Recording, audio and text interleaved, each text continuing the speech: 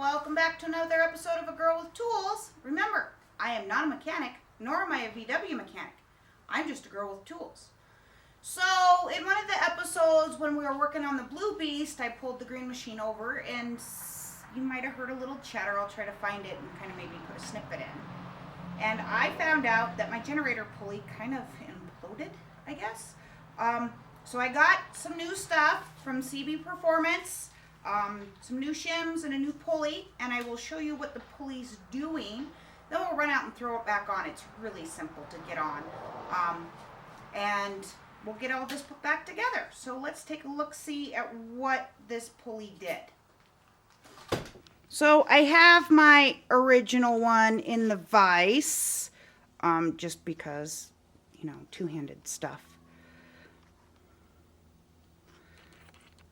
So they are not supposed to do this. So it kind of did its own thing. So let's go out and fix it. Okay, so as you know, the last pulley was already taken off. And actually they're really simple. And there is some shims here. And we'll just put them, see, they kind of got trashed. So we'll just tuck them there for right now. And we're going to get our new pulley out. Should have brought a sharp thing with me, maybe.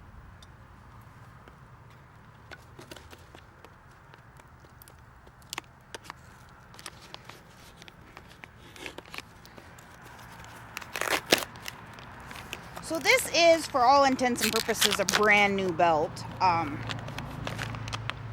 used it, I've ran the green machine once since then. But I want to point out something, and I don't know how well it focuses. There is a woodruff key right here. You do not want to lose that woodruff key. And you want to put it so this is on the inside, because you need to use that. So we are going to line it up. So that woodruff key, there's a slot for that woodruff key in here. And I find it easier to do one half at a time. And sometimes you got to put like a screwdriver down in there to kind of, the woodruff key tries to rock. So this also came with a stack of shims, which is awesome. I can never have too many shims. So we're going to take these out because this is pretty much a brand new belt, so we don't need them right now.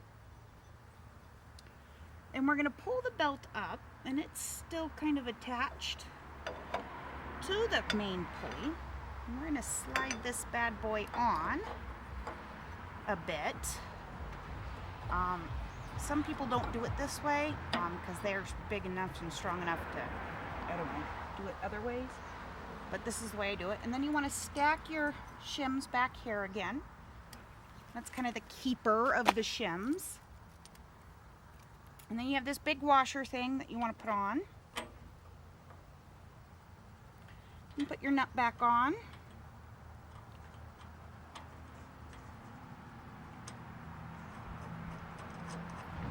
And I always kind of start it hand tight and let it turn.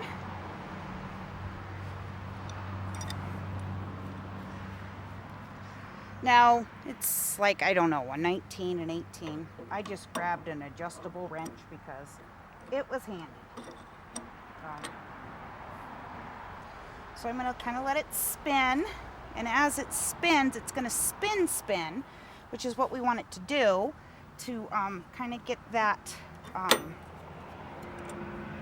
that belt seated in there. And in maybe 100 so miles, I might have to open it up and put a shim or two inside of it. But we're going to do that, and we're going to start getting it tight and letting it spin a little. And it'll spin that main pulley, and that's fine.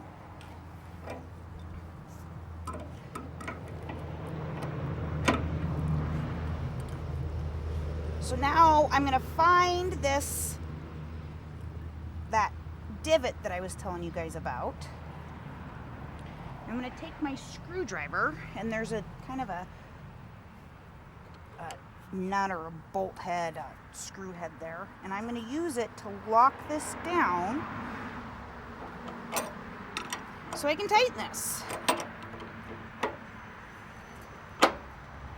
And maybe last time it wasn't tight enough. I don't know. Maybe that's why it detonated.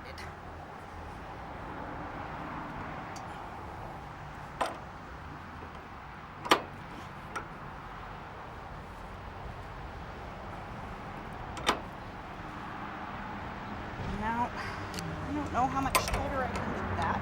We're going to spin it. Make sure everything's kind of copacetic a little bit. I'm hitting up the cylinder.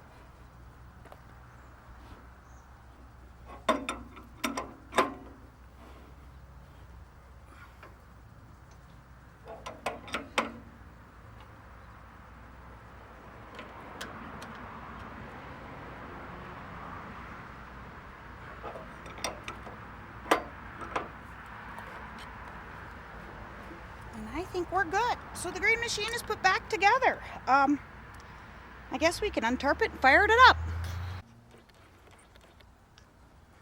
Okay, Molly Cat, you're not going to want to be there. No, you're not. Come on. Get out of there.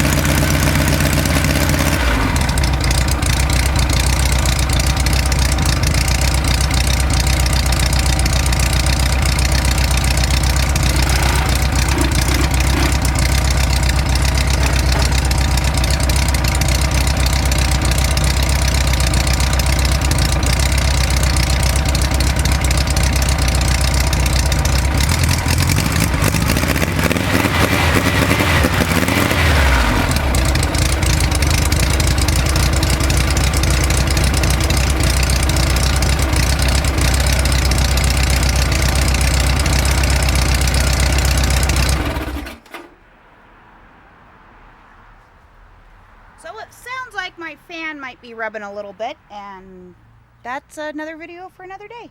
Have a great day, everybody.